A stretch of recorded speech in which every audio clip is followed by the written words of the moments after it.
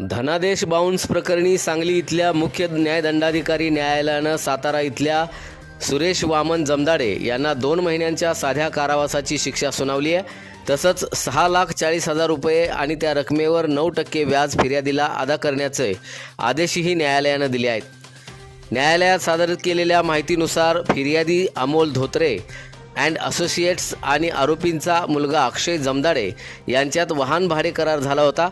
थकीत रकमेच्या मोबदल्यात सुरेश जमदाडे यांनी 6,40,000 रुपयांचा धनादेश दिला।